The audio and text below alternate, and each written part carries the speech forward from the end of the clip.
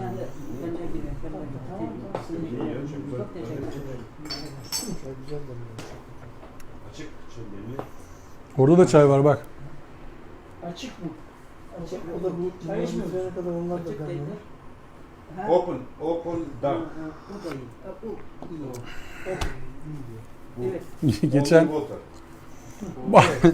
boşnak bir çocuk geldi, tamam mı, berbere. Boşnak çocuk tıraş olmaya çalışıyor. Tıraş yapan Urfalı. Şimdi çocuk boşnak. Nasıl keselim diyorlar falan çocuğa. İşte çocuğun da buralar böyle kazıtmış. Bunun gibi yaptı demeye çalışıyor eliyle, tamam mı? O da diyor ki tamam filan, işte berber. Yok işte böyle bir şeyler yapıyor. Dedim bundan boşnakça ne kadar güzelmiş dedim. Nasıl anlaştın dedim çocuklar. Helal olsun sana filan. Gülüyor şimdi bu. Şimdi ses nasıl? Ses tamam. Ondan sonra Başladı bu canlı yayın. başladık mı? Başladı. Neyse dersin sonunda anlatayım. Konuyla alakası yok çünkü. Euzubillahimineşşeytanirracim. Bismillahirrahmanirrahim. Elhamdülillahi Rabbil alemin ve la akıbeti lil muttakin ve salatu ve selamu ala Resulina Muhammedin ve ala alihi ve sahbihi ecma'in ila yevmiddin. Allahümme şrahli sadri ve yessirli emri ve ahlul ukdeten min lisani yefkahu kavli. Rabbim dünümüzü, bugünümüzü ve meçhul sonumuzu hayır eylesin. Okuduklarımızı anlamayı, anladıklarımızla amel etmeyi, yani hayatımızı okuduklarımızla değiştirebilmeyi Allah bize nasip eylesin. Bunun için birinci şart bir eleştiri kültürüne sahip olmaktan geçiyor. Namaz içerisinde kendimizi hesaba çekeriz her namazda. O yüzden de Allah'a her namazda şöyle dua ederiz. İhdinas sıratel müstakim. Ya Rabbi bizi doğru yola yönelt. Takdir edersiniz ki aslında her namazda kendimizi doğru yolda olduğumuzu düşünerek o ibadeti yapmaya çalışırız. Yani Allah'ın huzuruna çıkıyor isek, namaz kılmayı Allah'a bir kulluk bilinciyle yapıyor isek aslında şunu da düşünüyoruzdur. Doğru yoldayım, Allah'a inanıyorum, Allah'a kulluk ediyorum, Allah'tan bir talepte bulunacağım ve bulunduğumuz talep diyoruz ki ya Rabbi bizi doğru yola yönelt. Dışarıdan bakınca karışık bir dua. Çünkü zaten namazdasınız. Kağıt üzerinde doğru yola yönelmiş vaziyettesiniz. Ama sürekli Allah bize bunu söylettiriyor. Ya Rabbi bizi doğru yola yönelt. Her rekatta Namazda bir bilinç varsa. işte oraya geliyoruz. Bilinç varsa. Her namazda sürekli Allah bize bunu söylettiriyor. Ya Rabbi bizi doğru yola yönelt. Şimdi bizim şunu sormamız gerekiyor kendimize. Neredeyiz ki? Şimdi böyle dua ediyorsak Allah'a bunu da sormamız lazım. Neredeyiz ki? Yani bizi doğru yola yönelt diyorsak Allah'a. O yüzden değişmenin birinci şartı Rabbin otoritesini kabul etmekten geçiyor. Eğer övgülerin tamamını ona hasrediyor iseniz elhamd tamamı, el takısı belirlilik takısıdır. Yani övgülerin tamamı, hamd övgü, övme, yüceltme, elhamd övgülerin tamamı, yüceltmelerin tamamı. Lillahi Allah içindir. Hangi Allah içindir? Rabbil alemin. Alemlerin otoritesi, terbiyecisi içindir. Görünen, görünmeyen, içinde ne olduğuna vakıf olduğumuz, olmadığımız tüm alemlerin tek otoritesi, tek Rabbı, tek terbiyecisi içindir. Tüm övgüler ancak ona layıktır. Niye? Er-Rahman, Er-Rahim. Merhamet özünden kaynaklanır. Rahmeti her şeyi kuşatır. Rahman olması için hiçbir sebebe ihtiyaç duymaz. Hiçbir ön şartı yoktur. Allah'ın Rahman ismi için hiçbir ön şarta ihtiyacı yoktur. Birisine rahmet etmesi için. Yani Allah'ın rahmetini kazanabilmek adına hiçbir şey yapmasa insan, varlık, canlı, cansız, Allah yine rahmet eder. Ne kadar sözseler de. Hiçbir şey yapmasa bak, hiçbir şey yapmasa, hiçbir şeyken dahi Allah rahmet eder. Hiçbir şey yapmasa ayrı bir bahis. Ama hiçbir şeyken bile Allah ona rahmet eder. İnsan suresinin girişi nasıldı? Hiç anılmaya değer bir şey değilken. Anılmaya değer bir şey değilken insanın üzerinden çok uzunca bir zaman geçmişti. Anılmaya değer bir şey değilken dahi o zaman da rahmeti tecelli ediyor Allah'ın. Zaten rahmeti tecelli ediyor ki var oluyorsun. Kelime manasıyla Rahmetine mahsur oluyor. olmamış, ya olacak, anlatabiliyor muyum? Hiçbir şey Allah dilemedikçe olamaz. Evet. Allah bir şeyin olmasını dilerse o şey olur. Evet. Evet. Yani şeyi olan bir varlık mı, olacak bir varlık mı olarak okumak lazım. Olması için de bir süre geçecek ama Allah ona da hakim. Olması için de bir süre geçecek, Allah ona da hakim.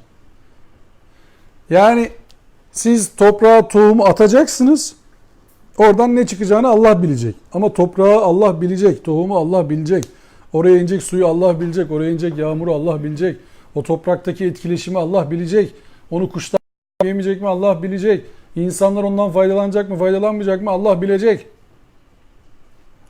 O anılmaya değer bir şey değilken dahi Allah bilecek. O yüzden Rahman'ın rahmeti her şeyi kuşatır. Sadece insanlarla alakalı değildir. Sadece diri ya da ölü insanlarla alakalı değildir. Allah sana rahmet eylesin denildiği zaman insanların tüylerinin diken diken olması garip.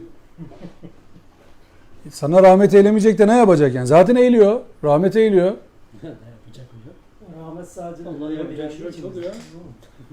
Allah rahmet eylesin diyorsun. Adam diyor ki öldü mü? Nasıl öldü mü?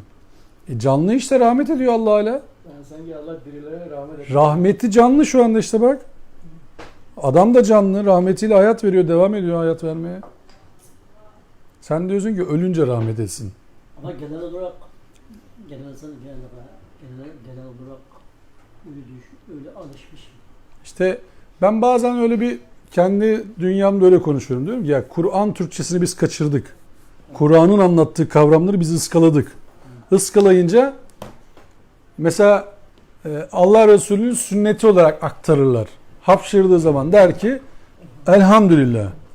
Birisi hapşırdığı zaman elhamdülillah de diyor değil mi? O da diyor ki ona yerhamukallah. Aynen. O diyor ki Allah sana da rahmet etsin. O da diyor ki yehdina ve yehdikumullah. Allah sana da bana da yönlendirme yapsın, hidayet versin. Yönlendiricimiz olsun. İşte Allah rahmet eylesin dedi adama, hapşırdı. Canlı adam hapşırdı işte biraz önce. Hopş dedi, ses çıkarttı. Rahmeti yanlış anlayınca, sünneti yanlış anlayınca vesaire bak nasıl kopuyoruz Kur'an'dan bir anda. Halbuki rahmet diriye, ölüye, canlıya, cansıza, görünüre, görünmeze kuşatan bir kavram. Halk arasında yağmura da rahmet derler. Rahmet yağıyor derler. Ama buradaki arkadaşlar Allah rahmet eylesin diyorsa diriklere değil. Öldü. Burada diye düşünüyor onu. Zaten İşte kavram koptu. avam diline öyle geçiyor. Kavram koptu. Buna kavram koptu mu düzeltmek zor oluyor işte. Sonra diyor ki Allah Maliki yevmiddin. Din gününün sahibi. Sonra ta biz onu nerede görüyoruz? Din günü ne demek? Kur'an'da nerede görüyoruz? Din gününü nasıl anlatıyor Allah? Hangi surede anlatıyordu? İnfitar suresinde değil mi? Kıyamet suresi var. İnfitar suresinde وَمَا اَدْرَاكَ مَا يَوْمِ الدِّينِ سُمَّ مَا اَدْرَاكَ مَا يَوْمِ الدِّينِ يَوْمَ لَا تَمْلِكُ نَفْسٍ لِنَفْسٍ شَيْئًا وَالْاَمْرُ يَوْمَ اِذٍ لِلّٰهِ. Ne oldu? Maliki Yevmiddin anlatıldı. Diyor ki sen din gününün ne olduğunu nereden bileceksin? Sonra sen din gününün olduğunu biz bildirmesek nereden bileceksin? O gün söz yalnızca Allah'a aittir. Vel emru yevmeizin lillah. Hiç kimse orada fayda mayda veremez. Bu şefaat Orada orada kaldı yani, değil mi? vallahi yuvuma izin. Ben emri de Ve ma edrake ma yevmiddin. Sümme ve ma edrake ma yevme la temliku nefsin li nefsin şey'e vel emr yevmeizin lillah. ama da emri söz değil ki. İşte o gün emri verecek olan Allah'tır, kararı verecek olan. Evet. Anlatabiliyor muyum? Sözden yanlış anlaşılmasın. Dilediğini konuşturacak yani. Emri verecek olan Allah'tır. Bütün hüküm ona aittir yani. Yoksa izin vermedikten sonra Ya o gün hiç kimse için bir şey yapamayacak diyor zaten bak. La temliku nefsin li nefsin şey'e. Şey yapamayacak. Hiçbir şey yapamayacak yani. Olan oldu. O gün kararı verecek olan Allah. O zaman bir şey daha kaydı. Bir kavram daha karıştı değil mi? Ahirette Allah'ın elinden birilerini kurtaracağını zannediyordu birileri. O da kaçtı. o da gitti. Ne kaldı geriye? Allah diyor ki bana ait emir. Ben vereceğim o gün emri. Hiç kimse mesela başka bir ayette şöyle geliyor değil mi? La taziru vaziratun vizru uhra. Hiç kimsenin kusurunu mesuliyetini yüklenemez. Evet. Bu bir tarafta. Burada da diyor ki o gün söz Allah'a aittir. Hiç kimseye söz hakkı verilmeyecek. Ne diyeceksin Allah'a? Mesela ne diyeceksin Allah'a? Allah diyecek şu cehennemlik, sen diyeceksin ki bir dakika. Ya benim bir fikrim var. Öyle mi? Allah'ın bilmediği neyi söyleyeceksin mesela Allah'a? Nasıl bir Allah'a inanıyorsun sen? Senin güvendiğin adam Allah'ın bilmediği neyi söyleyecek Allah'a?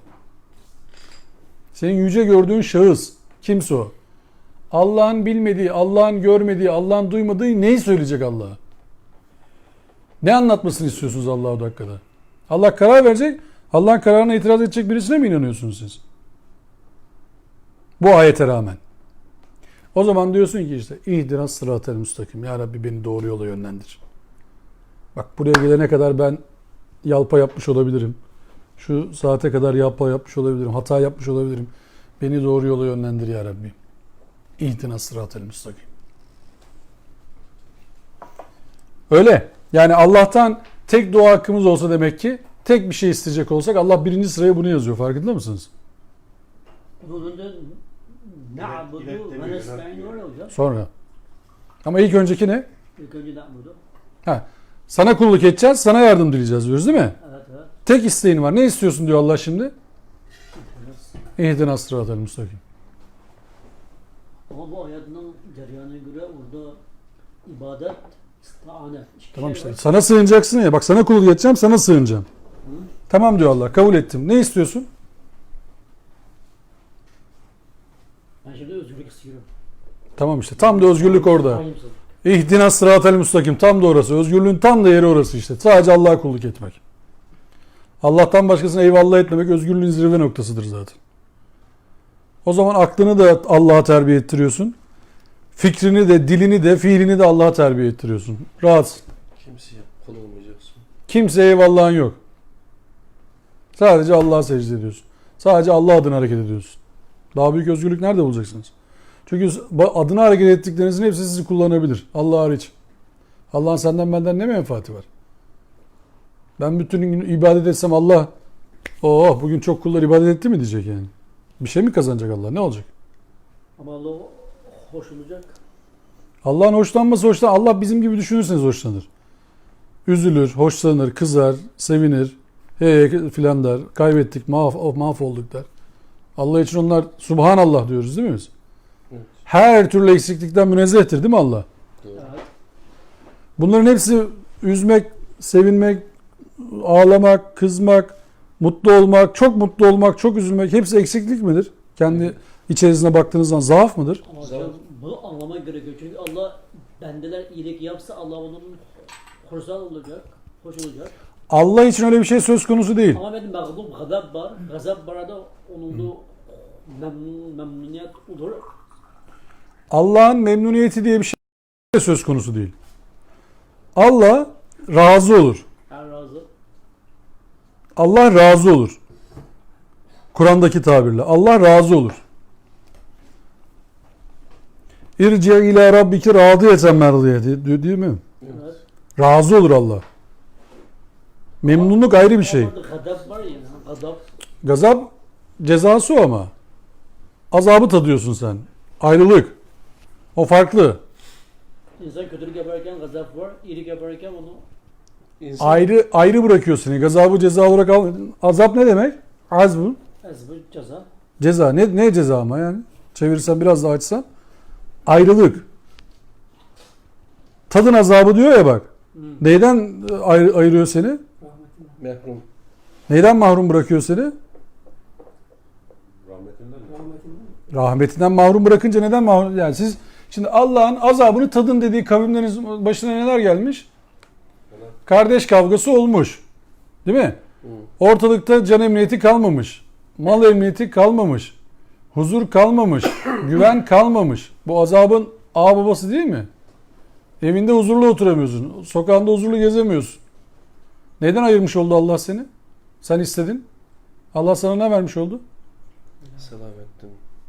Sana verdiği azap seni huzurdan ayırmak oluyor. Evet. Huzurdan ayrı kalıyorsun. Mutluluktan ayrı kalıyorsun. Evinin huzuru kaçıyor.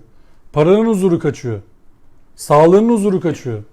Sürekli endişe mesela. Sürekli bir şey olacak. Bir şey olacak. Böyle bir adam tanıyor musunuz? Hiç görüyor musunuz böyle bir şey? Bir şey olabilir. Ay bir şey oldu mu? Evdekilere bir şey oldu mu? Arabaya bir şey oldu mu? Panik atak. Evet. Panik atak mesela bir derecesi bu işin. Mesela burada oturuyorsunuz diyor ki bina yıkılabilir. Tamam da nasıl oluyor şimdi? Bir tek sana mı yıkılıyor? Hep beraber yıkılacağız. Yıkılacak. Olmaz. Yıkılabilir. Şeyde durmayayım. Işıksız duramam. Kapalı alanda duramam. İşte köprünün altından geçemem. İşte yağmur oldu mu yapamam. Bakıyorsun dünyayı zehir ediyor kendine. Allah diyor ki Allah yetmez mi ya kuluna? Ayetler çok acayip. Allah yetmiyor mu kuluna? Allah'ın bildiğini biliyorsan ne panik yapıyorsun? Ne oldu ki? Çocuğum giderse ne yaparım? Annem giderse ne yaparım? Arabam giderse ne yaparım? Ne yapacaksın ya? Ne yapacaksın? Gelirken bunlar sende miydi? Dünyaya girerken form dolduran oldu mu hiç aranızda? Sormadık ki ben. Dünyaya gelirken formu dolduruyorsun. Evet bunlar istiyorum evet. Şu annem baban tamam böyle olsun tamam peki. Memleketin böyle bir şey sorulmadı ki bize. Sakin ya ne oluyor yani her şeyi kuşatacağız her şeyi göreceğiz. Çocuk ne yapıyor göreyim duyayım. Yapamazsın. Ama hocam İzkâle rabbuke Elestu rabbukum kâlu bela. Evet. Dediler ki evet elbette Rabbimiz. Ben sizin Rabbiniz değil miyim dedi. Dedik ki biz de elbette. Onu her gün diyoruz ama farkında mısınız? Bu ahdiniz ne zaman gerçekleşmiş? Hiçbir zaman. Her gün. Every time yani her zaman. Çünkü öyle bir şey o Kurgu. başka bir kurgu o senin söylediğin. Başka bir kurgu. Niye? Demin İnsan suresini okuduk değil mi? Başını girişini. İnsanın anılmaya değer olmadığının öncesinde çok uzun zaman geçti diyor. Anılmaya değer bir şey olmayan bir varlık nasıl söz verecek Allah? Kur'an-ı Kerim'de öyle geçiyor. Kur'an-ı Kerim'de geçtiğini söyledin. Tamam oradaki konuşma Bela. o konuşma böyle herkesin toplandığı bir konuşma değil. Onu anlatmaya çalışıyorum. O kurgu. Senin söylediğin, senin öğrendiğin tarzı. El-Misak zamanında konuşmuş öyle. Konuşturmuş. O ayrı bir, Kanı bela ayrı bir konu hocam. Kanı bela. Onun arkasında çok şey var. Bela aslında dedik ki tamam. Bela ne demek? Bizde şimdi kalbi bela bir zaman gibi Tabii. Veya Ta diğer Ağustos, gibi- Eylül, Kalü Bela, o Kasım diğer yani. gibi veya bir zaman gibi öğretildi bize yani. Şimdi Şey daha doğmadan, insanlık olmadan önce Hayır, sanki kalbi söz bela vermişti. demek neyinin sözünü verdin? ki elbette. O. Söyle bana şimdi neyin sözünü verdin? İman edeceğiz yani şeyin. Nasıl verdin? İşte Sen öyle seni diyorum. bilmiyorsun. Öyle Nasıl kurgu- vereceksin kurguyu yani? söylüyorum yani. Sen olmadın nasıl? Kur'an bunu anlatmaz ki. Öyle bir şey yok. İnsan ne zaman şey olur, mükellef olur dinen fıkha göre? Akıl bali. Bakın. Sen yoksun ortada. Akıl bağlı olduğu zaman. Belki 40 yaşında olursun ya. Ona Yok. şey diyor hocam. Yok. Biz yaratmadan önce bizim ruhumuz yaratılmış. Ondan sonra orada söz almış falan. Başka bir yere gidiyoruz. İş. Evet, şimdi Şuara suresi 192. ayetle devam ediyoruz. Konuyu başka tarafa götürmeden. Niye götürmeden? Çünkü sureyi devam etmemiz lazım. Diğer sureler bizi bekliyor. 192. ayeti okuyacağız ilk önce. Efendime söyleyeyim. Ben biraz ama. Herkesin kelimesi.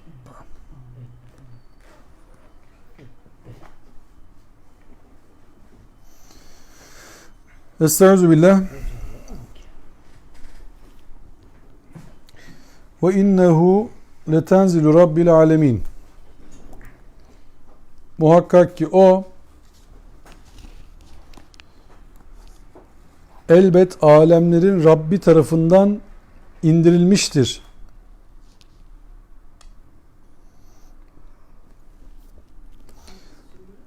Şuara suresi 192. O mesaj elbette alemlerin Rabbi tarafından indirilmiştir. Nezzele bihi ruhul emin. O güvenilir ruh ile birlikte geldi. Veya bununla güvene layık olan vahiy indi diye de anlaşılabilir. Ruh, Kadir suresi 4. ayet, Mümin suresi 15. ayet, Şura suresi 52. ayet, Nahil suresi 2. ayet ve İsra suresi 85'te de doğrudan vahiy ya da vahyin kaynağı anlamında kullanılır. Fakat tüm klasik müfessirler buradaki ruhul emini ruhul kudüs'te olduğu gibi vahiy meleği Cebrail olarak adlandırırlar. Yani buradan bir polemik çıkmasına gerek yok. Yani bunu Cebrail deseniz de vahyin kendisidir emin olan deseniz de bu dinden çıkartmaya yol açacak bir şey değildir. Anlayış değildir. Men nezele bihi ruhul emin. Ama Ruhul emin bir ruh ile indirildi. Yani ruh Kur'an'daki, bak tekrar söylüyorum ayetleri. Kadir suresindeki 4, Mümin suresi 15, Şura 52, Nahil 2 ve İsra 85'te doğrudan vahiy olarak anlatılır ruh kelimesi. Anlatabiliyor muyum? Onlara bakarak buradaki ayeti direkt vahiy, emin bir vahiy olarak okumak olabilir. Fakat diğer, yani klasik okuma onu güvenilir ruh Cebrail indirdi şeklinde okumada da şeklen bir sıkıntı yoktur. Yani biz bunun Cebrail Aleyhisselam vasıtasıyla Allah'ın emriyle Allah Resulü'nün kalbine vahyedildiğini biliyoruz. Ayetlerden, Allah Resulü'nün açıklamasından. Şimdi bunu bildiğimiz için bu şekilde okumanın herhangi bir zararı olmadığını söylüyorum. Yani Cebrail ile indirildi, Cebrail doğru bir elçiydi, doğru bir ileticiydi gibi okumanın hiçbir zararı yoktur. Buradan polemik falan çıksın diye söylemiyorum. Yani iki okuyuş da vahyin kendisi emin demek de Cebrail'in kendisi emin demek de burada sıkıntı içermez. Demek ki o zaman problem çıkmış ki bu ayetler inmiş. Hani nasıl vahiy geliyor, herkes bir yorumlar Kendisi yapıyor. yazıyor işte. Kendisi söylüyor bunu Bir vesaire yorum gibi. var, bir de Müslümanlar tarafına da herhalde var. Acaba nasıl geliyor, nasıl şey yapıyor diye de olabilir yani. Herkes Evet. yapmadı. Şimdi bunu niye sormuşlar diye baktığınız zaman niye ayet gelmiş olabilir? Allahu alem şöyle bir şey. Ala kalbike li tekune minel munzirin. Senin kalbine indiriliyor bu ayetler ki onunla uyaran kimselerden biri olasın diye. Biz bunu başka bir ayette daha biliyoruz değil mi? İnna erselnake şahiden ve mübeşşira ve nezira. Biz seni görevlendirme sebebimizi şöyle izah ediyor Allah. şahiden şehit olarak, şahit olarak, mübeşşiran müjdeleyici olarak ve nezira ve uyarıcı, korkutucu olarak görevlendirdik. Yani Allah Resullerinin tamamı için geçerli olan şahitlik, şehit olmak, şahit olmak, müjdeleyici olmak ve uyarıcı olmaktır. Tüm elçiler için standart görevlendirmedir bu. Ya sadece Allah Resulü'nün özelinde, yani Hz. Muhammed özelinde bir görevlendirme değildir bu. Tüm elçiler şahit olmak zorundadır. Yani şehit olmak zorundalardır. Bize de bu dua ettirilir değil mi? Hayır. Hayır.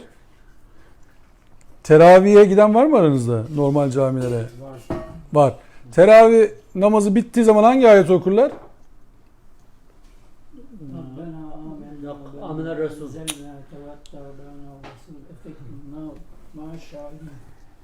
Rabbena amennâ bimâ enzelte vetteba'nel Resul Aynen. fektubuna ma'aş şahidin. Bizleri de şahitler yaz ya Rabbi. Biz iman ettik. Elçilerinle beraber gönderdiği kitaplara, doğrulara iman ettik. Fektubuna ma'aş şahidin. Biz de şehitler yaz.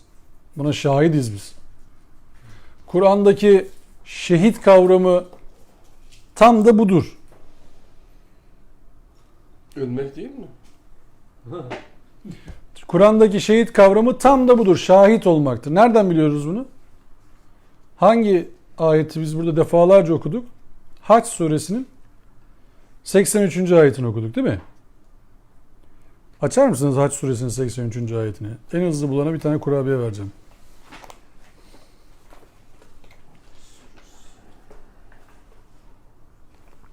Açar, Ferit abi sen açma, sen çay ver ya. Senin görevin daha. Kaç? Sen yuttun. Hac 83. Yanlış oldu. Niye? 83 mü? 83 yok. 79 o zaman. 78'de bitiyor. O zaman 78'dir ya. 8'e Tamam. bağlayalım. 83'ü açamayacağınızı biliyordum zaten. Tamam 78 olsun.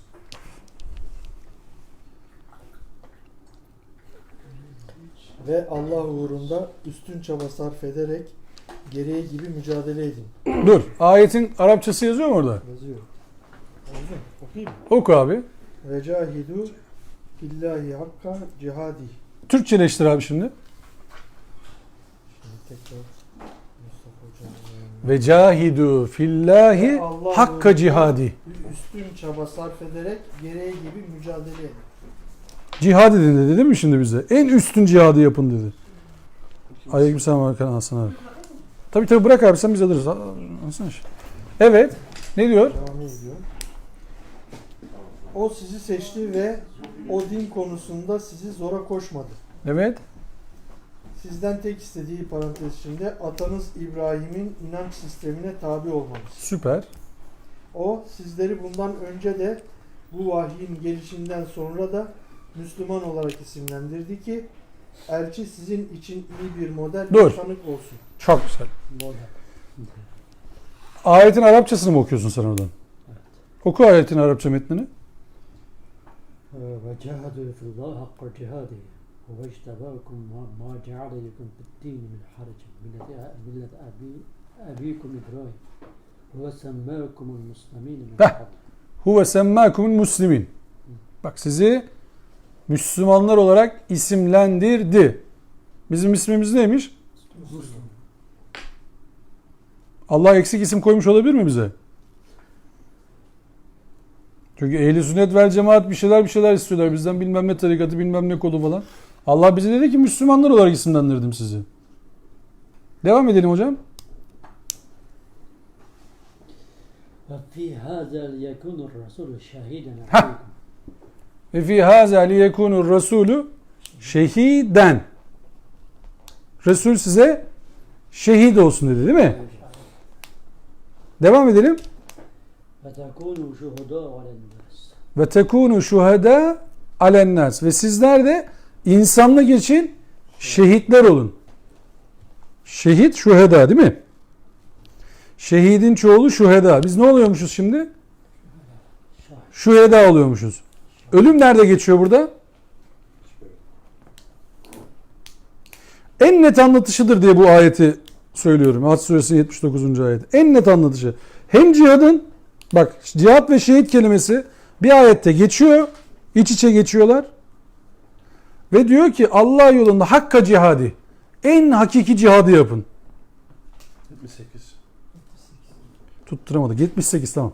Hac suresi 78. 83'ten ne hale geldik? 78'e kadar düştük. Hem cihadı yapın, hakkıyla yapın diyor cihadı bize. Hem de diyor ki bak Resul sizin için şahit olsun. Siz de insanlık için şahitler olun. En büyük cihat neymiş şimdi? Ne çıktı ortaya? İnsanlık için şahitler olmak. Ne oluyormuş insanlık için şahitler olanlar abi? Şehit oluyor. Müslüman. Ne yapıyorlarmış? Akimus sala ve atuz zeka. Salatı ayağa kaldırıyorlarmış, salatı yerine getiriyorlarmış ve zekatı veriyorlarmış. Nasıl veriyorlarmış? Atuz zekat. Böyle içten gele gele veriyorlarmış. Bir de i'ta var. Ve atasimu bihablillahi.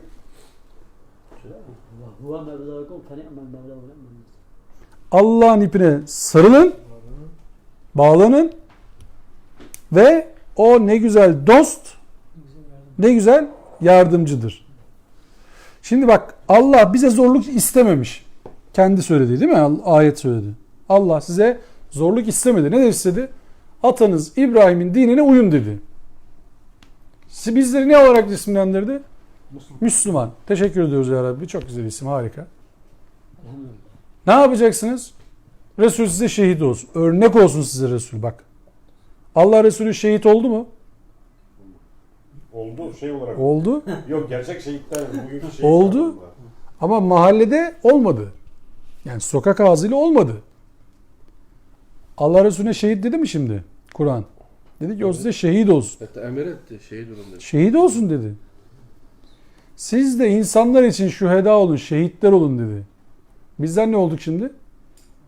Şehitler olduk değil mi yani? Şahitler olduk. Şimdi diyecek ki birileri ona bunlar kafayı yedi. Oturdukları yerde şehit oldular. Cık. Ölmekle cihadın, ölmekle şehadetin bir alakası yok ki. Hayatınız imanınıza şahit olsun. O zaman şimdi diğer ayeti de şöyle anlayacağız. Hangi ayet? Allah yolunda şehit olanlara ölüler demeyin. Aynen O aynen. zaman Allah yolunda çalışıp tanık olanlara Aynen öyle. tanık olanlara ölü demeyin. Onlar diridirler. Niye? Çünkü yaptıkları eserler ortada. Eser ortada. Eser ölmüyor ki. İyiliği tutmuş. Akimus sala ve atuz zekat. Zekatı ayağa kaldırmış. Yoksulluğu ortadan kaldıran hizmetlerde bulunmuş. Yardımlaşmayı ayağa kaldırmış. Ayağa kalkmış, yardımlaşmış, harekete geçmiş. Aktif üye olmuş, pasif üye olmamış. Onu yok etmek istesen bile, öldürmek istesen. Nasıl öldüreceksin onu? O nasıl ölecek? Ölmez. Eser kalmış ortada. Adamın yaptığı işlere bak. Ve arkadan başkaları yapıyor. Aynısı yapıyor. Tüm emri bil maruf, nehyanil münker canlı yaşıyor. İnsanlar şahit olmuşsun. Hangi mezara koymuşlar seni? Nerede öyle bir mezar? Yok, yaşıyorsun, devam ediyorsun. Ölüler demeyin. Hatta o Eshab-ı Keyfi bile. Onlar bile şey değil yani, peygamber değil. Değil mi? Nebi değil, Resul değil. Ama onları Kur'an-ı Kerim'e Binlerce sene alıyor geçmiş. yani bizi öğretiyor şeyi. Yani kelimeleri, kavramları hayatımızdan çıkarttığımız zaman başımıza neler geliyor onu anlıyoruz buradan. O kavramlara farklı bir şeyler yüklediğimiz zaman, kavramın içini boşaltıp kavrama yeni bir şeyler doldurduğunuz zaman Kur'an'a zulmetmiş oluyorsunuz. Böyle bir şey geliyor hocam. Ben söyleyeyim bunu. Buyurun. En sonunda gidiyor adam, ölemiyor. Savaşı gidiyor, ölemiyor. En son bir bomba patlasa burada, ben şehit olsam. Evet ben şeyle Bu hale geliyor. Umre'deyken Diliyoruz. şeyle konuştum. Çocuk dövmeli Avrupa'da yaşıyor. Şeye geliyor. Adam sırf şey için şehit olmak için, anladın mı? Geliyor diyor ki ben o kadar günahım var, şeyim var. Bari öleyim, şehit olayım diyor yani. Evet. Kısa yoldan gitmek için. Şimdi tünel faciası yaşanır bazen bilirsiniz şeyde. Hac zamanı falan vesaire. gözleriyle bağ görenler söylerler. Orada facia yaşanırken şehit olacağız diye o kalabalığın içine atlayanlardan bahsederler. Buralarda ölelim mübarek yerlerde, buradan direkt cennete gidelim diye. Evet öyle zaten. Ya İntihar olmuyor. Allah'ın huzurunda ya Rabbi bir dakika biz öyle bilmiyorduk diyecekler ama Kaza oluyor bu. iş işten geçti. Allah'ın istediği neydi bizden? Şahit olup yaşamak. Tanık olmak. Dünya Va'bud rabbeke hatta ye'tiyekel yakin diyordu Allah. Yani son ana kadar sen Rabbine kulluğunu yapsana ya. Ne demek oraya yap? Lan orada insanları kurtaracağını sen niye gidip ölüyorsun orada? Zaten değil mi? Birisini çek oradan. Çek oradan birisini. Sakin olun de. Birisi sakin olun dese belki kimse ölmeyecek. Belki 100 kişi kurtaracaksın. Sakin olun kurtulacaksınız desen. Adam kendini şeye atıyor. Kalabalığın içine atıyor. Öleyim cennete gideyim diye. Ya. Kaçtı mı abiler Şiraze? kaçtı zaten orada ölsen bile. Aklın olmadığı yerde din yok o yüzden işte. Nasıl oluyor? Nasıl? Ben bunu her zaman defalarcadır soruyorum yani. Bu bir tane değil, iki tane değil, bir sürü kavram bu şekilde nasıl olmuş ya? Nasıl? Hocam işte Kur'an-ı Kerim'i Türkiye için konuşuyorum. En yakın tarih ne hatırlıyorsunuz? Kur'an-ı Kerim'in manasının anlaşılmaya çalışıldığı. Ne zaman başladı bu çalışmalar? Soruyorum Bir sene size. önce. 1923. Ya 600 yıldır neredeyse bu topraklarda manası uğraşılmamış ya. Fıkıh üzerinden bir din inşa edilmiş. Evet. Alimler biliyor, siz nereden bileceksiniz demişler. Hepimizi refüze etmişler. Sistem Emeviler döneminden devam etmiş. Yani işlerine Hocam karşı- anlatabiliyor muyum? Bize niye yani Kur'an anlamaya çalışanlara eksik veya fazla fark etmez. Anlamaya çalışan niye Evet, kızıyorlar koltuk anlıyor musunuz? sevdasından Yani? Hocam.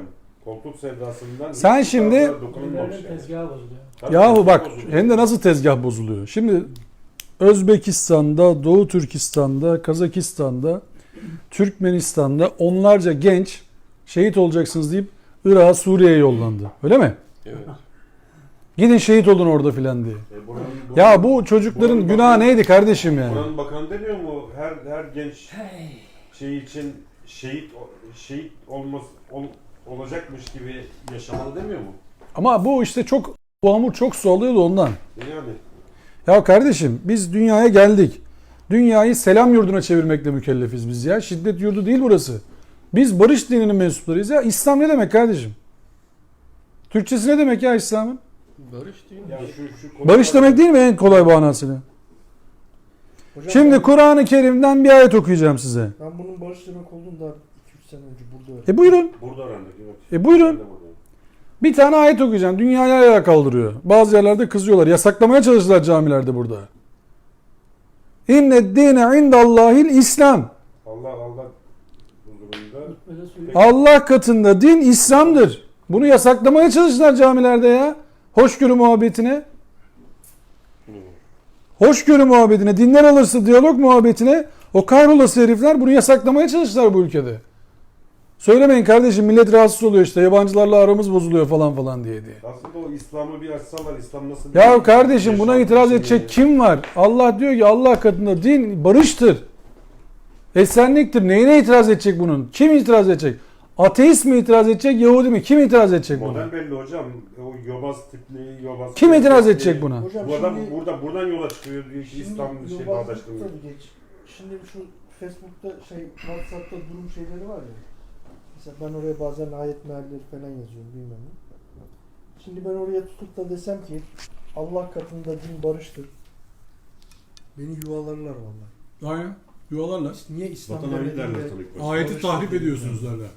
Ha orada Ayeti tahrip ediyorsunuz derler. Doğuda öldürerek barışı getirmeye çalışıyorlar. Gelmez. Öldürerek bilmem ta Avusturyalara kadar gittiler. Ya kardeşim öldürerek bir şeye sahip olunmayacağını hala insanlar anlamamış bu savaşta. O kadar can gidiyor. Oradan buradan hiç fark etmiyor. Senden benden iyi yok. Şimdi geldik. O silahı elini tutturanlara. Bu ayetin Allah Resulü'nün kalbine indirilmesine 194-195'i okuyoruz. 195'te bir uyarı var. Ayetin anlaşılmasıyla alakalı söyleyeceğim size. Kur'an'ın anlaşılmasıyla alakalı. Uçup gitti mi? Evet, bu açıkça bir Arapça ile demesi, açıkça Türkçe, açıkça İngilizce. Bilisanin Arabiyyun mubin. Bak bu kitap Arapça bir kitap. Arapçanın kuralları burada geçerlidir. Arapça kutsal bir din, kutsal bir dil değildir. Bu kitap Arapçadır. Allah Hazreti İbrahim'in kavmi İbranice konuşurken İbranice hitap etmiştir. Hazreti Muhammed'in kavmi Arapça konuşurken Arapça hitap etmiştir. Bu iki dili de kutsal yapmaz. İki dilinde, iki mesajında anlaşılma kaygısı olduğunu ortaya koyar. Kutsal olmuş orada o kadar sövdüler dinlere, İbrahim'in dinine de. Yok, dil açısından söylüyorum. Dil. Dil işte yani kutsal. Yani Hazreti İbrahim'in dili de kutsal değil. İbranice de kutsal değil, öyle söyleyeyim. Arami diller de kutsal değil. Arapça da kutsal değil, Türkçe de kutsal değil. Mesajı çok net anlamamız lazım. Allah hitap edilen toplumun diliyle konuştu. Yani siz şimdi buradan çıksanız abiler, Çinlilerle İslamiyet'i konuşacak olsanız, mesajın anlaşılması için Kur'an-ı Kerim'in mesajlarını Çince vermek zorundasınız. Maksadınız mesajın anlaşılması ise. Hocam Çin'e gitmeyen Türkçe Türkiye'de de anlaşılmıyor ki Arapça. Anlatabiliyor muyum? Yani buradan Kur'an-ı Kerim'in mesajının anlaşılmasının, mesajının, maksadının her şeyin önüne geçmesi lazım. Bak, dil kutsallaştırılırsa dil imanın kafiri olur. Dil kutsallaştırılırsa dil imanın, mesajın kafiri olur. Yani üstünü örter. Anlatabildim mi derdimi? Zaten öyle değil mi? Arapça konuşup hiçbir şey anlatmamak bir sanattır. Konuşursunuz, hiçbir şey anlaşılmaz, çıkarsınız, Allah kabul etsin dersiniz, Allah kabul etsin, Allah kabul etsin, kabul etti etmedi orasını göreceğiz. Anlaşılma derdiniz yoksa Arapça, Arnavutça istediğiniz dille konuşun hocam. Ben eğer insanların anlaşılma derdi varsa dil yasaklamanın değil, insanların kendini anlatamayacağının öne çıkarılmasını savunanlardanım. Şimdi ben hiç kimseye karışmam. Ya Kürtçe mi konuşacak, Boşnakça mı konuşacak, Çerkezce mi konuşacak? İstediğini konuş baba. Benim için sıkıntı yok. Hepsi Allah'ın ayeti, hepsi Allah'ın rengi. Hiç karışmam ben buna. Ama ben seni anlamıyorsam sen bana ne anlatmak istiyorsun? Bilmiyorum ki ben senin anlatmak istediğini. Etkileşime gireceksek senin aranda konuşmana bak, hiç karışmam. Nasıl konuşuyorsan konuş. Hiç de beni de rahatsız etmez. Yani ortak bir dil olması lazım. Ama bir paydamız olması lazım ilişki kuracaksak. Anlaşma oradan başlıyor zaten. Ortak. Yani insanlara dil yasaklamak, din yasaklamak bunlar saçma sapan şeylerdir. Bunlar olacak iş değil. Yani bir mahalleye Arnavutça bir isim koydun da diyorsun ki olmaz kardeşim işte kaldırın bunu bilmem ne. Ya abicim bu memleketin öyle bir kültürü varsa yasaklama. Altına da Türkçesini yaz. Geç, ne var yani? Türkçe gidenler okusun. Bana kalsa turist mi geliyor abi memlekete? Yaz abi, hani bir memleketten turist geliyorsa tabelayı yap. Bana ne ya? Beni ne ilgilendirir ya? Ya zaten Yap abi, ne olacak yani? Mesela Kürtçe yok. Niye? Hayır, Arapça koy, Çince koy. Bana ne abi? Beni ne ilgilendirir? Araplar Koy. veriyorsa. Yani Sen turistik şimdi bölgelerde her tarafta İngilizce. Allah var ama Resulü şöyle mi yapmıştır sizce? Türkçe yok. Allah Resulü şöyle mi yapmıştır sizce? Türkiye tanımıyor. Mesela Finlandiya'da yoktu o zaman da. Yani Habeşistan'dan birileri geliyor filan, tamam mı? Ama Arapçayı iyi bilmiyorlar. Allah Resulü şöyle mi diyordur? Arapçayı öğren gel mi diyordur? Bizi anlamak istiyorsan falan. Ya da böyle Kur'an'ı Arapça olarak verip hadi gidin mi diyor. Bir kere bak, buradaki sıkıntı şu. Zaten bir yaşam var, tamam mı? Hayatın içerisinde olan bir din var. Hayattan uzak bir din değil. Din anlatmak zorunda değiller. Yaşıyorlar. Din yaşanıyor, topluma hakim. Din yaşanıyor zaten. Zaten en güzel anlatım. Gel diyor, biraz yanımızda dur. Bak ne yapıyoruz biz şimdi burada. Sakin, bizi bir izle böyle. Bir çık kenara bir 5 dakika. Bir izle bak ne oluyor burada. Dükkanlar açık bırakılıyor, millet namaza gidiyor geliyor filan. Kimse bir şey çalmıyor. Allah Allah. Peygamber dediğin adam kenarda bir yerde oturuyor. Kimse yerini vermiyor, bir şey yapmıyor. Başında böyle gölge yapan yok. Efendim. Özelliği yok. Hiçbir özelliği yok. Geliyorlar diyorlar ki sizin peygamber dediğiniz kim ya? Burada bir peygamber varmış falan. Ha şurada oturuyor işte falan diyorlar. Nasıl ya diyor. Sen böyle misin hakikaten şimdi falan? Evet öyleyim. Ne olacaktı ki yani? Ne bekliyordunuz ki yani? Şimdi zaten yaşanan bir din var. Anlatabiliyor muyum? Bizim belki de en büyük sıkıntımız o. Şimdi biz karanlığa kızabiliriz, karanlığa bağırabiliriz. Ama aydınlık yakmamız, belki de aydınlığı biz yakmadığımız için karanlık olmuş olabilir mi? Orada ışığın olmaması bir zafiyettir. Karanlık ışığın olmaması halidir. Karanlık doğal bir şey değildir. Işık yoksa karanlığı konuşuruz. Karanlık özünde olmaz. Işık vardır normalde. Işık yoksa karanlığı başlatabilirsiniz. Belki de biz yokuz orada. Ne kızıyoruz ki? Üniversitelerde din kalmadı. Belki de biz yokuz orada. Mahallede din kalmadı. Belki de biz yokuz orada. Yani dili kutsamadan Allah Resulüne indirilen hitabın manasını anlatabildim mi? Arapça olarak inmiştir. Arapça kutsal bir metin değildir. Almanca olsaydı Almanca inerdi yani. Almanya'da yaşasaydı. Belki de eski Moğollara bir peygamber gitti. O onun dilinde olacaktı yani. Şimdi hızlanıyorum biraz. Daha yani hızlanacağım inşallah. Hızlanmaya çalışacağım. Ve innehu lefî zuburil evvelin. Yine kuşku yok ki bu mesaj öncekilerin hikmet yüklü sayfalarında da yer almaktaydı. Burada bir kelime dikkatinizi çekti mi? Öncekilerde Ve innehu lefî zuburil evvelin. Öncekiden Zebur, zubur. Zebur'la yakın mı bu zubur? Çoğulu. çok. Neymiş yani bu zubur?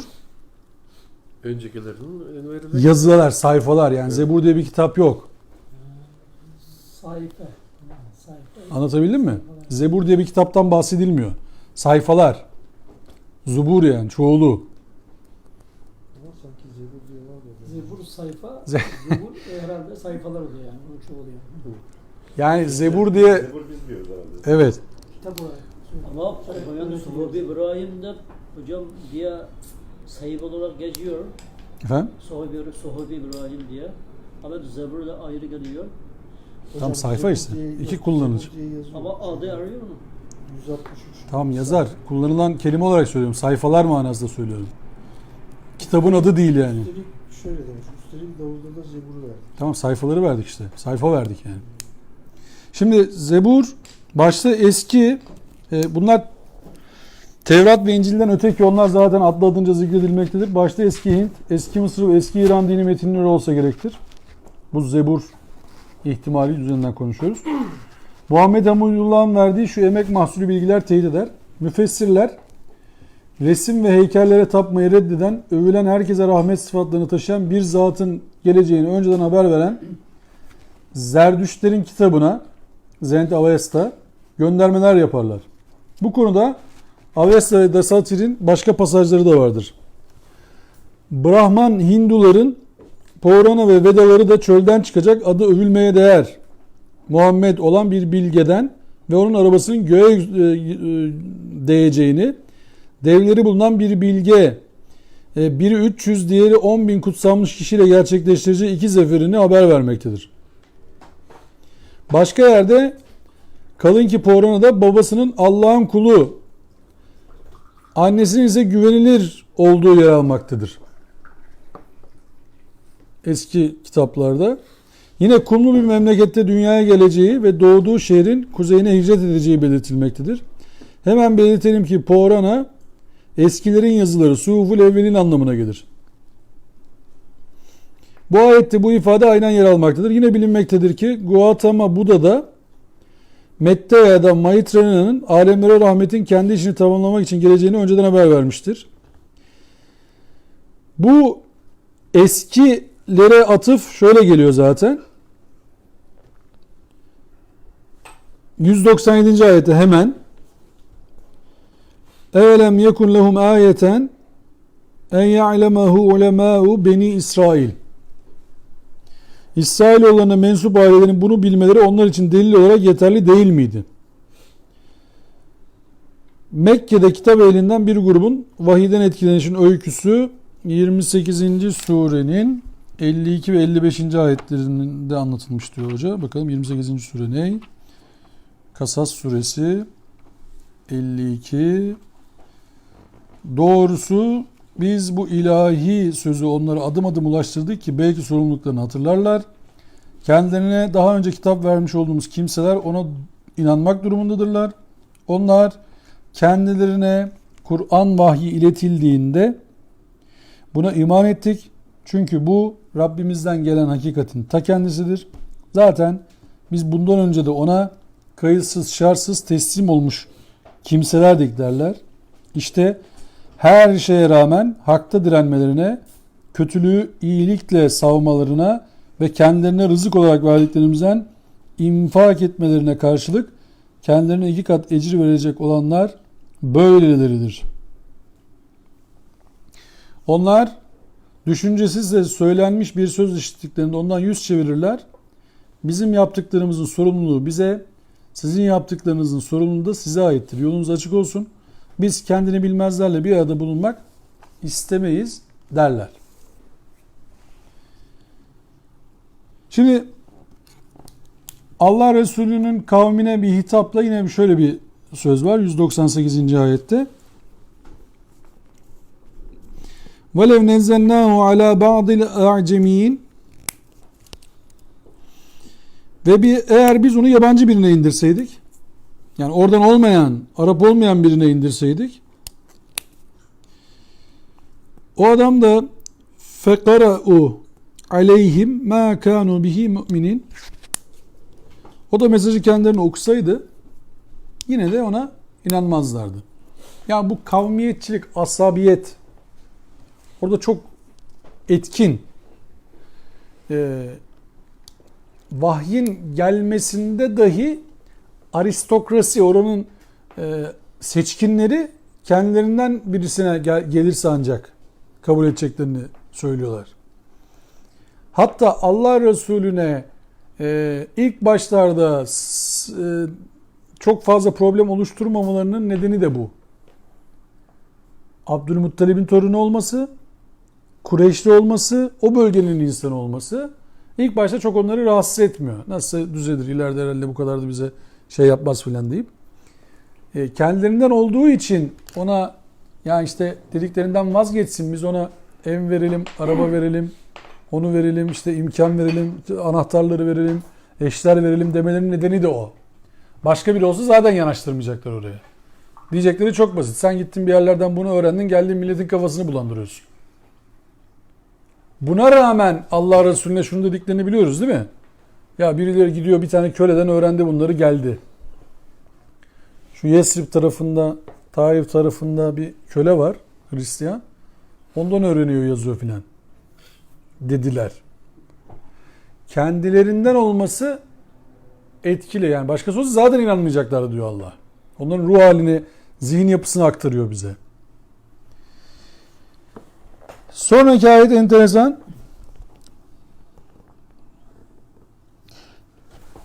Kezalike seleknahu fi kulubul mücrimin.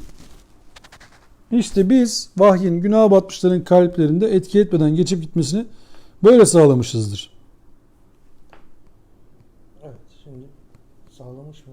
Sağlanmış mı? Şimdi Allah ayetleri aktardı mı? Aktardı. Tüm nebiler ne dedi? Toplumlarına. Bana olun ve Eğer sorumluluk bilincine ulaşmak istiyorsanız, Allah adına hareket etmek istiyorsanız bana uyun. Eğer Allah'a karşı sorumluluk bilincini istiyorsanız. Bak ilk başta fettakullah diyorlardı. Ve atiyun diyorlardı. Sonra yine fettakullah diyorlardı. Ben sizden bir ücret istemiyorum diyorlardı. Bunlar neyi tercih ettiler? Şöyle bir Resullerin geçidini şu Ara suresinde bir düşünün. Allah Resulleri toplumdaki bozulmuşlukları onların yüzüne söyledi. Onlar neyi tercih ettiler?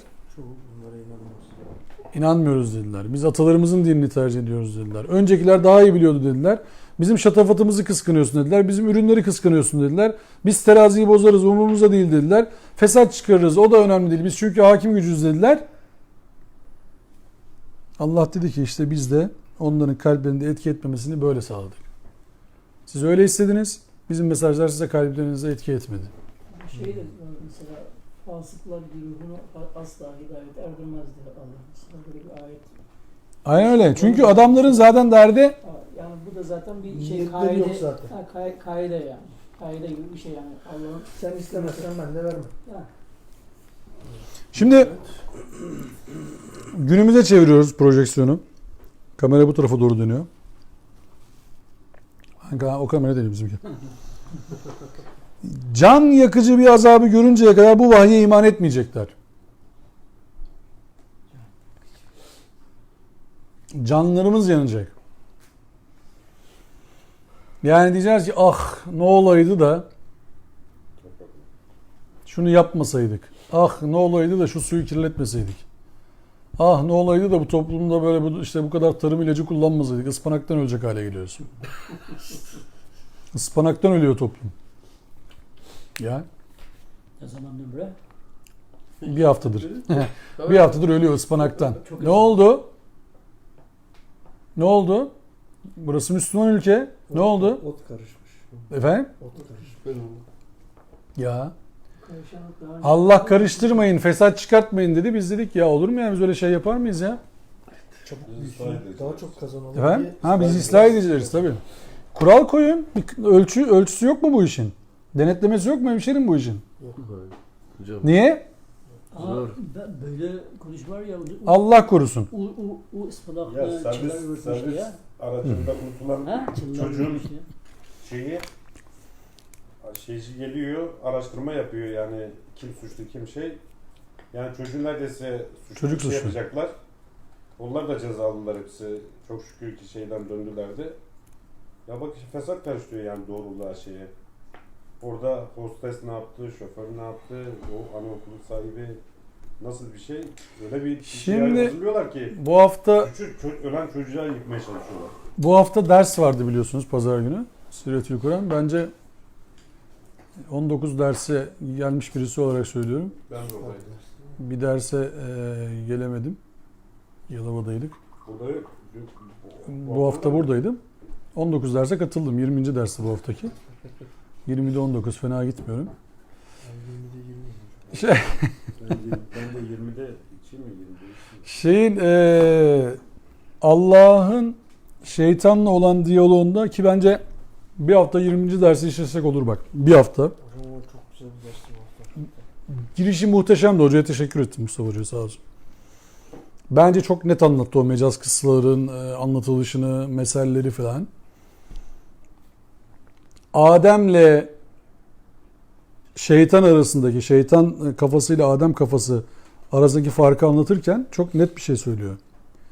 Diyor ki ikisi de hatasının farkında, ikisi de günahkar. Birisi isyan ediyor, birisi diyor ki pardon, özür dilerim. Tövbe ediyor. Şimdi toplumumuz maalesef böyle.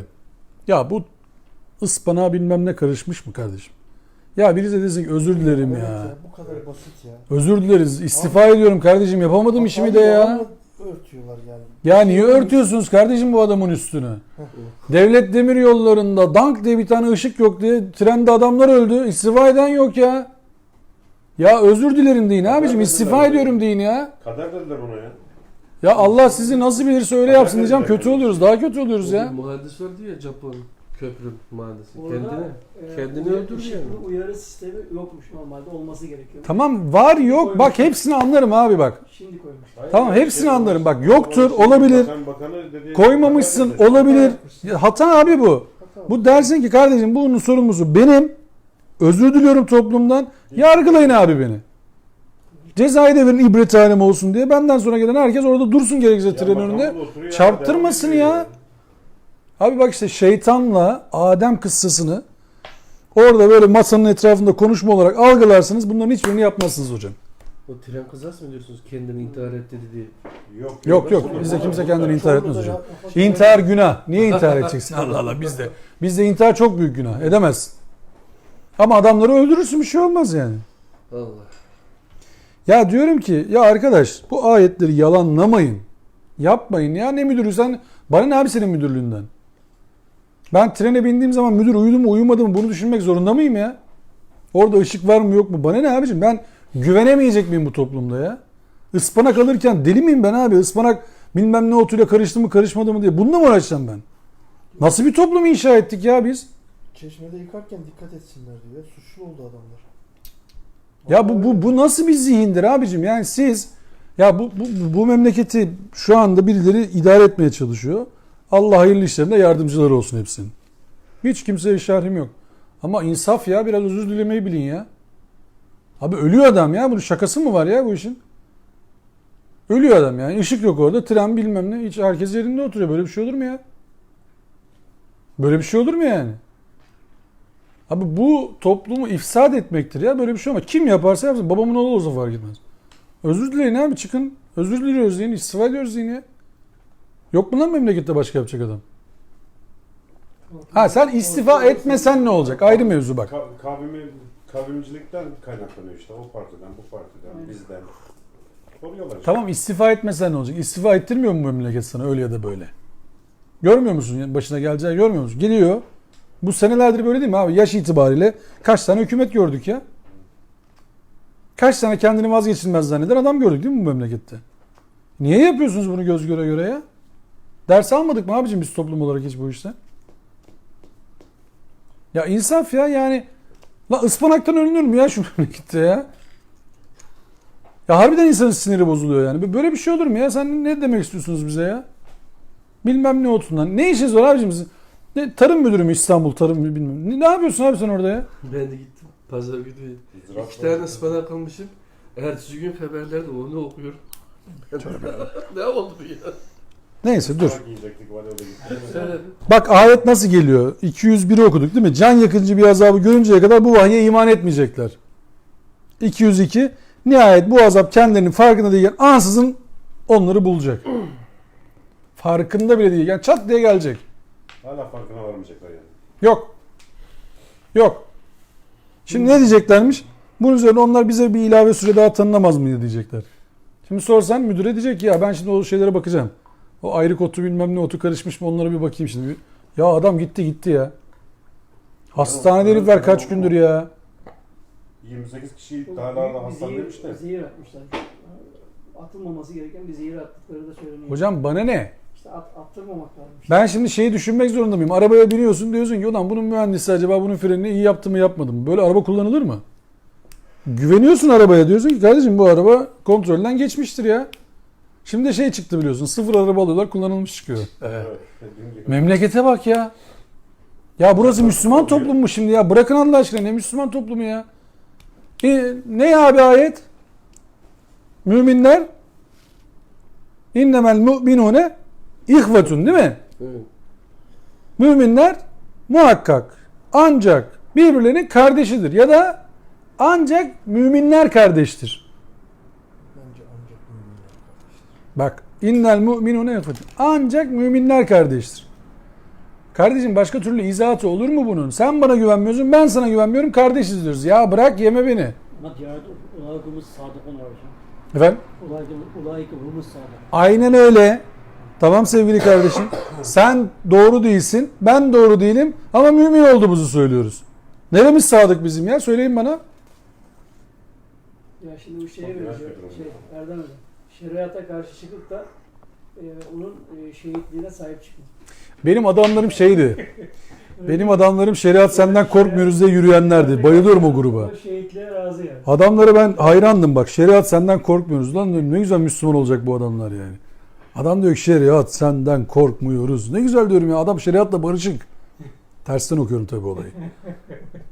Korkma tabii. Niye korkacaksın? Şeriattan korkulur mu abi? Din Allah'ın dini bu ya. Allah'ın şartları bu. Neden korkmuyoruz? Ne güzel. Bizim Müslüman delikanlılar bunu söyleyemedi. Şeriat senden korkmuyoruz diye.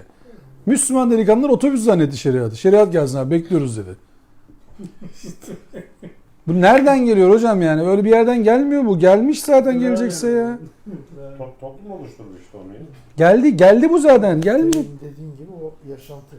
Ya yaşamıyorsun ki sen. Sen zannediyorsun ki ya şeriat geldi deseler millet geri kaçacak. Ulan bir dakika dur. Ya şeriat Hazırlığımız da yoktu kıyafet falan. Olarak, Ya ona indirirsen öyle. Öyle zannediyorlar. hırsız yaptığı konu Kavram kaçtı, kavram. Şeriat, bak o da kavram kaçtı. Şeriat şartlar demek ya. İslami şartlar kardeşim. Kıstasın belli ya senin.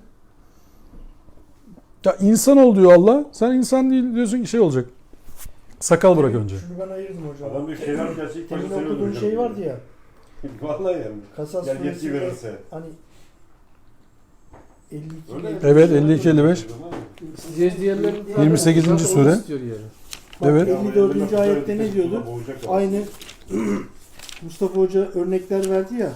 Bunlar dedi insanlık kuralları mı, din kuralları mı? Aynen öyle. Aynı bak 54'te de öyle diyor. Her şeye rağmen hakta direniyorlar yani. Hak Hakta üzerinde duruyor, direniyorlar. Kötülüğü iyilikle savuyorlar. Kendilerine rızık olarak verdiklerinden infak ediyorlar. İslam mı? Hangisi? O şeyler Hangi iyi sure? insanlar. Kasas Kasas. 54. 54 aynen öyle. Ya bunlar şey değil hani şeyin dediği gibi işte oruç tutarlar. Oruç Hacca giderler. hac falan bahsetmiyor. Önce Mesela- bunlardan bahsediyor. İnsan Zaten o şey belirli ritüeller farz olmadan önce ahlaki bir eğitim Evet. var yani. O ahlaki eğitimden geçmeden Evet. diğer şeyleri zaten emretmiyorlar. Şimdi abiler son 3 ayeti okuyorum. Sabırları fazla zorlamadan. Bunun üzerine onlar ne diyorlardı? Bize ilave bir süre daha tanınamaz mı? Diyorlardı değil mi? Hı hı. 204 ne şimdi? Onlar azabımızın hemen gelmesini mi istiyorlar? İstemiyorlar mıydı? Hemen mi istiyorlar şimdi azabı yani? Öyle mi yani? Gelsin hemen gelsin. Görelim bakalım. Bizi korkuttuğun azap nerede diyorlar ya peygamberleri değil mi?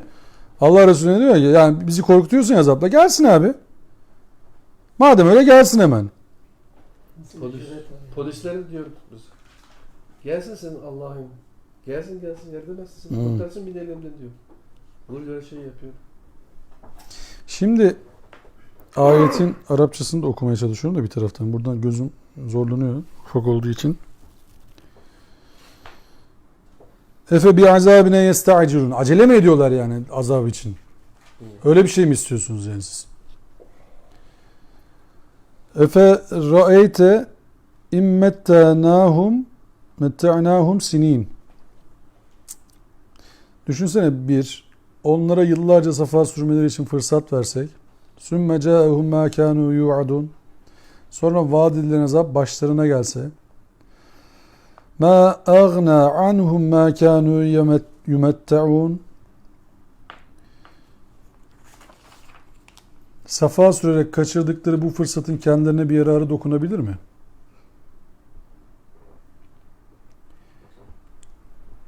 Yani şu anda mesela mutlu yaşıyorduk ki biz ıspanaksız günlerimizde. O sürenin ıspanağın zehirlenmesine bir faydası oldu mu? O kadar imkanımız vardı. ilgilendirmiyordu millet. Ne olacak yani? Kimyasal var. Ben günlük 2 lira 20 liralık benzin alıyorum. Bana ne diyor mesela? Onun gibi yani. Yemiyorum ki. O ıspanağı yapan adam senin karpuzuna, soğanına, patatesine yapmayacak mı zannediyorsun sen onu? Fasulye yok mu hocam? O tekasür krizine girmeyecek mi zannediyorsun sen? Ispanakta tekasür krizine girdi. Bastı tarım ilacına. Seni öldürmeyecek kadar. Senin etinde yapmayacak mı? Tavuğunda yapmayacak mı zannediyorsun? Farkında olmayacak kadar izin veriyorlar.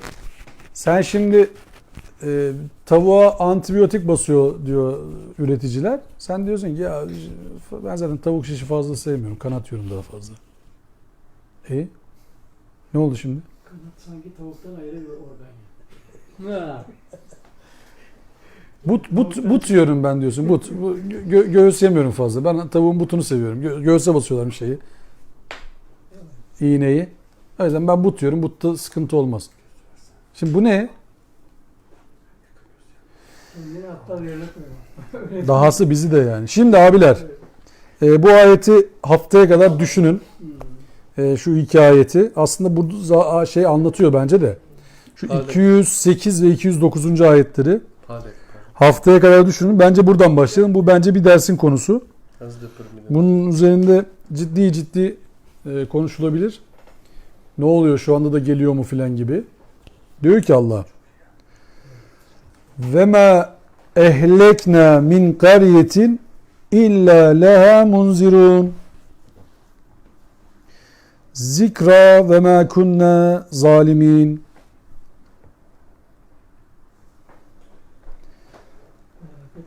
İlla uyarırız. Dahası biz bir ülkeyi helak etmeden önce illaki uyarıp hatırlatmışızdır. Zira biz asla zulmeden biri değiliz.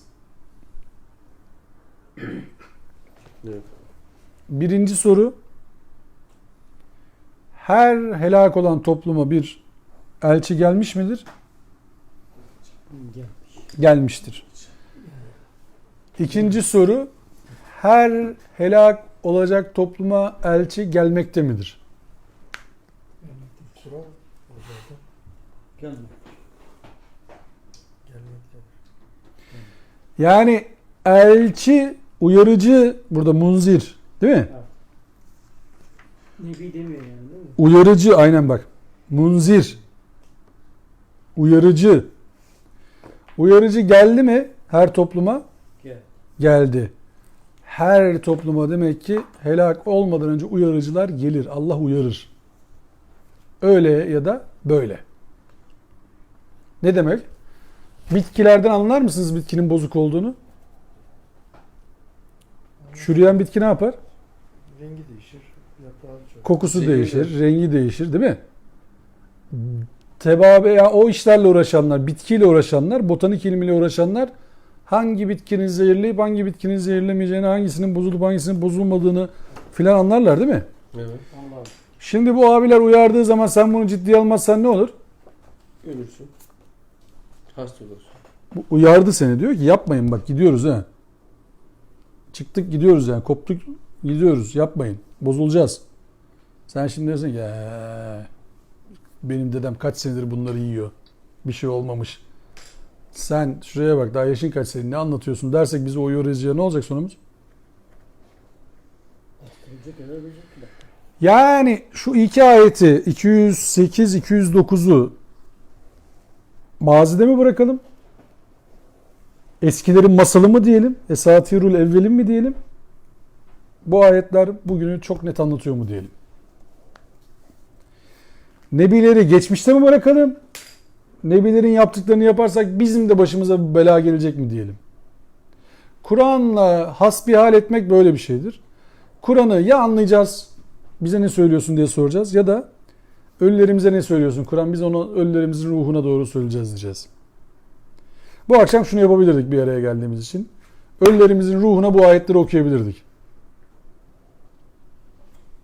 Ölülerimizin ruhuna şu Ara suresini bağışlıyoruz, hediye ediyoruz. Sen kabul eyle ya Rabbi deyip buradan evimize gidebilirdik. Öyle mi? Ölülerimize O güzel bir yaşayan ziyafet ölülere çeker. okuyabilirim. Yaşayan ölüler. Bize değil, kaybettiğimiz babamızın ruhunu hediye edebilirdik, amcamızın, dedemizin ruhunu hediye edebilirdik falan. Öyle mi? Ya Rabbi onların ruhunu hediye edelim, sen kabul eyle. Mezardaki, kabirdeki beyefendilere, hanımefendilere ya her kavme bir uyarıcı geliyormuş helak olmadan önce deseniz ne diyecek sana? Ne der? Bize Kabirdekine sesleneceksin, diyorsun ki bir uyarıcı gelmeden kavimler helak olmuyormuş. Hacı abi diyorsun. Kabirdeki ne diyor? Mezardaki ne diyor? Var cevaplayamaz. Biz şu anda zaten onunla karşı karşıyayız. Bunu bana anlatma diyor. Bana anlatıyorsun, ne yapayım ben şimdi? Biz onları gördük artık yani. Görüyoruz. Ben ne yapayım diyor şimdi. Bana ne anlatıyorsun? Anlatıyorsun da ne yapayım şimdi? Şimdi hesabımla baş başayım dese, ya çekil git başından dese, kendi içerisinde tutarlı. Ben ne yapayım birader ya? Bana anlatıyorsun da ne yapayım şimdi yani? Ruhunu hediye ediyorum. Bak dağları Allah sabit koyuyormuş. Kabirdeki abi. Allah dağları sabit koymuş, haberin olsun. Tamam, olur. İletişim Bluetooth'la mı? Olur, hiç sıkıntı yok yani. Sabit olabilir. Hiç sıkıntı yok. Bluetooth'la bağlantı. Yani bu şu demek değil, tekrar söylüyorum. Burada defalarca söyledik ama Çapraşık bir zihniyetle biz Hani bahsediyoruz. mezarın başına, kabrin başına gidince şarkı okuyacak halimiz yok. İbret alacağız. Yani gidip tabii ki Kur'an okursun. Ama kendine okursun Kur'an'ı. Oradakiyle de dersin ki Allah sana rahmet etsin. Dua edersin. Bir sürü dua ayeti var Kur'an'da yani. Allah sana rahmet etsin. Ama bak birbirimize rahmet olacaksak biz, bu delikanlı annesine rahmet etmek istiyorsa şimdi okuyacak Kur'an'ı. Annesi oğluna rahmet etmek istiyorsa şimdi okuyacak Kur'an'ı. Etkileşim böyle olur. Rahmet böyle olur. Siz çocuğunuza, hanımınıza, akrabanıza rahmet olacaksanız, selamı yayacaksanız bu şu anın görevi. Şimdi adam sigara tüttürmekten bacağı kesilmek üzere. Sen diyorsun ki sigarayı bıraksana artık. Adam bacağı kesilecek, ameliyata giriyor. Sen diyorsun ki sigarayı bırak. Adam size ne der? Ya arkadaş 5 dakika kaldı, ameliyathaneye gireceğiz. Olan oldu, kangrene dönmüş ayak artık. Gidiyoruz. Hangi sigarayı bırak? Olan oldu ya. Adamın karaciğer bitmek üzere. Sen diyorsun ki şekerli çok tatlı yeme istiyorsan. Bitti. Olan olmuş. Olmuş yani. Adamın pankreas selametle gitmiş. Şekerden şişmiş. Gözler kör olmaya başlamış. Sen diyorsun ki çok tatlı yiyorsun, yeme. Gidi oldu. Ya da kendi sektörümden şey yapıyorum. Yangın tesisatı çekiyorsun. Ama yangın çıkan binaya. Elinde borularla yangın varken koşuyorsun. Durun diyorsun, yangın tesisatı çekeceğim ben buraya şimdi. Bina yanıyor. Olsun diyorsun, çekeceğim şimdi, yangın tesisatı çekeceğim. Ne derler adama? Akıl hastanesi şu tarafta. Sen orada lazımmış yangın tesisatı. O tarafa git derler adama yani. Kapıda da söyle ama yanan binaya yangın tesisatı çekmek için girdiğini de söyle. Yangın tesisatının yerini göstersinler sana. Hemen orada git çek. Yani biz birbirimize şunu söylememiz lazım. Abiler bak, uyarıcılar var etrafımızda. Bak sular bozuluyor, meyveler bozuluyor, ahlaklar bozuluyor. Bunları uyaranlar var, helak olacağız. Bak Allah bizi uyardı. Asla zulmetmiyoruz diyor Allah. Yani şunu diyemezsiniz değil mi şu ayetten sonra? Allah Müslüman ülkelere niye zulmediyor sizce? Haklarını kullanmadığı için. Yanlış cevap. Niye ya? Akıllı oldukları için. Yanlış cevap. Allah Müslüman ülkelere niye zulmediyor diye bir soru sorulsa, cevabınızın ne olması lazım? Aklını kullanmayan toplumu. Yanlış cevap. Başka? Biz zulmediyoruz. Kendi Allah kendimize zulmediyor, Şimdi biz zulmediyoruz. Buyurun anlatamaz. Yunus 100 tecelli ettiğinde Allah zulüm etmiyor ki. Kendi kendimizi Doğru cevap. Allah niçin zulüm? Biz zulmediyoruz. Biz asla zulmeden değiliz diyor Allah. Soru yanlış. Allah Müslüman ülkeleri niye zulmediyor sorusu yanlıştır. Çünkü Allah zulmetmez. Allah zulmetmez. Bak kavram nasıl karıştı şimdi? ya böyle bir şey olduğunu diyor, Allah belasını verdi, gördün mü diyor. Ya. Kavram nereye gitti şimdi? Allah zalim ediyordu yani. Ama onlar Allah ne diyor? Onlar kendi elleriyle yaptıklarından Zalim denir değil mi? Demek ki bizim bakış açımızı bir daha gözden geçirmemiz gerekiyormuş. elleriyle yaptıklarından. Soru yanlış hemşerim. Konfüçyüs demiş ya. Önce kavramları değiştireceksin bir milleti yok etmek için. Ya da inşa etmek için. Evet. Nasıl isterseniz. Yani Allah'ın zulmüyle değil kardeşim. Allah zulmetmez. Allah merhamet eder, layığını verir. Bak çok arasında fark vardır. Zalim Allah inancı, Müslüman inancı değildir. Allah zulmetmez. Ayetle sabit. Ayetle sabit. Ve mâ kunnâ zalimin. Biz zalim değiliz. Zulmedenlerden olmadık. Allah zalim değildir. Yani soruyu birisi tuzak olarak sorduğunda hemen demeniz lazım. Allah zalim değildir. Sorunu düzelt. Allah Müslüman ülkeleri niye zulmediyor? Allah zulmetmiyor hemşerim. Ama aklınızı kullanmazsınız. Ne istersiniz Allah'tan? Aklınızı kullanmayanlar ne istemiş olurlar? Allah'ın pisliği üzerimize boca et. Öyle mi? Başka ne isteyeceksin Allah'tan? Şimdi çok affedersiniz, şurada bardaklar var değil mi? Bardaklarla şimdi çayımızı içtik. Değil mi abiler? Biz bunu buraya bıraksak, yarın akşam yine derse gelsek. Bunları yıkamasak bardakları. Ne istemiş olacağız biz Allah'tan? Allah'ım biz pisliğe devam edeceğiz. Niye yıkamadı mı diyeceğiz? Bize niye zulmediyorsun Allah'ım? Niye yıkamadın bizim bardakları mı diyeceğiz Allah'a? Aklımızı kullanmazsak pis bardaklarla çay içmeye devam ederiz. Aklımızı kullanmazsak bayat çay içmeye devam ederiz. Yani kendi kendimize zulmetmek için aklımızı kullanmamak yeter yani. Aklını kullanmazsan bu olur. Sonra da günahı Allah'a yazarsın. Evet. Allah'ım bize bayat çay içirdin. Allah'ım bize kötü bardakta içirdin deriz. Öyle mi? Müslümanların içinde bulunduğu rezil durumun müsebbibi kim oldu şimdi? Kendisi. Fima kesebet bi eydikum. İnsanların elleriyle yaptıkları yüzünden dünyada fesat çıktı. Ellerimizle yaptıklarımız yüzünden acılar. Ve nail oldular. Allah kuralı koy. Bak tekrar söylüyorum. Burada çok söyledim ben bunu. Allah şaka yapmaz abiler. Allah blöf yapmaz. Bak Allah şaka yapmaz. Allah blöf yapmaz. Blöf ne demekti? Yani tutarsa yapmaz Allah. Tutar, Allah'ın söylediği haktır. Hmm. Bak şöyle yaparım böyle yaparım deyip yapmamazlık yapmaz. Yapar. Allah'ın vaadi haktır. Yerini bulur. Yani sen şimdi çocuğa diyorsun ki bak döveceğim. Bak döveceğim. Dövmüyorsun. Bak döveceğim. Çocuk arsız oluyor bir yerden sonra. Nasıl diyor? Dövmüyor. Allah öyle demez hocam. Allah mühlet verir. İhmal etmez. İmhal eder. İhmal etmez. Yani süre verir. Ama ihmal etmez. Er ya da geç. En uzun yaşayan kaç yıl yaşamış ülkeler? En uzun yaşayanı? Daha uzunları var. 1000 yıl şey mi? Var değil mi? 1000 yıl filan. He? Ne oldu sonra? Bizans mesela 1000 yıl yaşamış. Buradalarmış değil mi Bizanslı abiler? Heraklius filan bilmem ne. Buralarda yaşıyorlarmış bu mahallede filan. Hiç çıkıntı yok. Yok. 12 bin yıllık yer buldular değil mi Urfa'da? Göbekli Tepe. Nerede? Kimmiş o yaşayanlar? Onu buldular mı?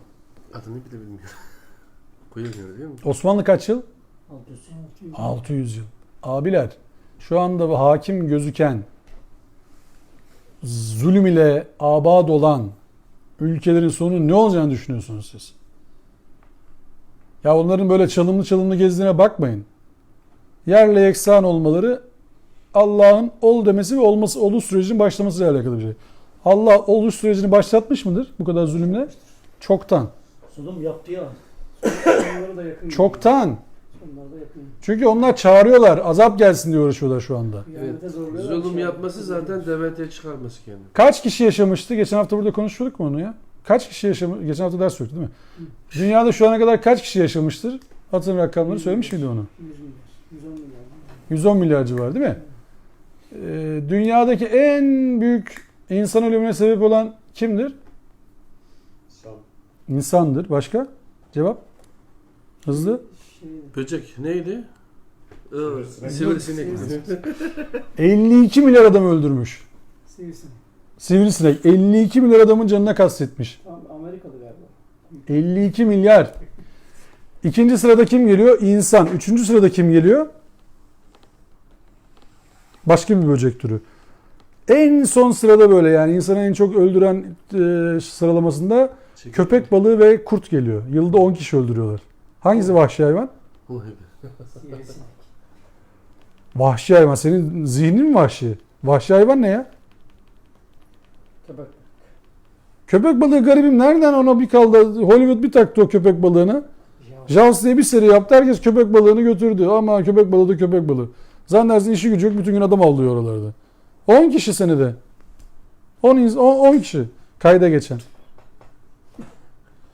Lan şurada ıspanaktan kaç kişi gitti? O da kanılmasa gelmiyormuş yani. Kan. Ya o aç kalması yine gelmiyor. Neyse yani sonuç şu. Toparlıyorum dersi. Şimdi bir bacağını koparırsa, onu doyarsa bırakacaksın. Onu da bırakıyor.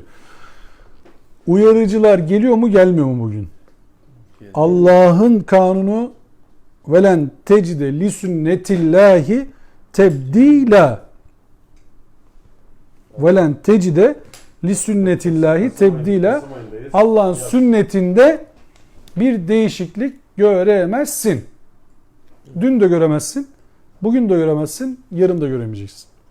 Zulmediyor isek, adaleti şaşırdıysak, gücü şerefi Allah'tan başkasını arıyor isek, yüksek binaların altında güç kuvvet arıyor isek, teraziyi yanlış yapıyor isek, toplumda adaletsizliğe sesimizi çıkartmıyor isek helak olacağız abiler. Sabaha kadar nüfus kağıdınıza Müslüman yazsın. Bu Allah'ı hiç ilgilendirmiyor. Yani nüfus kağıdımızda Müslüman yazması Allah'ın kurallarının üzerinde yaptırıcı bir etkisi yoktur. O yüzden İslamiyet kimlik dini değil, kişilik dinidir. Yani Allah'ın huzurunda neydi sizin din? İslam, Müslüman. Geçin buyurun. Cennet şurada. Bu çalışmayacak abiler. Böyle bir şey yok. O büyük bir kesim de buna inanıyor biliyor musun? Çok büyük. La ilahe illallah din. Hop Kolay. cennet. Hadi bakalım filan. Kolay. Ne yaptın hayatta? Ya Kolay. da belli bir süreden sonra Tabii. O ne? Kime inanıyordu onlara? Yahudiler. Yahudiler diyordu. Diyor yansak kaç gün yanacağız ki ya? Kısa bir süresi. 10 gün. Kısa bir Kaç gün yanacağız yani? 5-10 gün yanarız hemen cennete gireriz yani. Bronzluk da fena değil. Biraz da öyle olur. Müslümanlara nereden geldi bu? Ya diyorsun ki kardeşim Müslümansan girmeyeceksin cehenneme. Olur mu diyor ya? Evet, herkes girecek. Herkes girecek diyor ya. Nerede diyor bunu diyorsun? Meryem suresinde. Nerede diyor bunu? Bir ayete bak bakayım ya. Belli anlatıyor ayet. Meryem suresi anlatıyor. Cehennemlikleri anlatıyor. O şu işleyenlerden hiç kimse cehenneme girmeden geçemeyecek diyor. Sen niye girmeye bu kadar meraklısın cehenneme? Nereden aldın bu ayeti sen? Nasıl çevirdin bunu ya? Müslüman bir cehenneme girecek, ondan sonra cennete girecek şey var. Sırat köprüsü şeyi var ya. Cehenneme gitmeyecek hiç kimse yoktur. Müslüman sonra orada birkaç gün Hayır, günahı kadar- hikayeye bak bir de bak öyle mitolojiye hikayeye bak sen diyor ki işte girecek oraya sonra işte böyle bir alnında bir lekeyle çıkacak oradan işte cennet öyle geçecek alnında lekeyle efendim bunlar işte girip çıkmışlar falan. Ya nasıl yazdınız Orada bunu ya? aşağılanacak, orada da bir sınıf oluşacak. Ha orada da bu işte bunlar şey defolu Yayını kapat. ikinci kalite. Değil mi? Ve ahiru davana enilhamdülillahi rabbil alemin. Rizaen lillah teala'l Fatiha.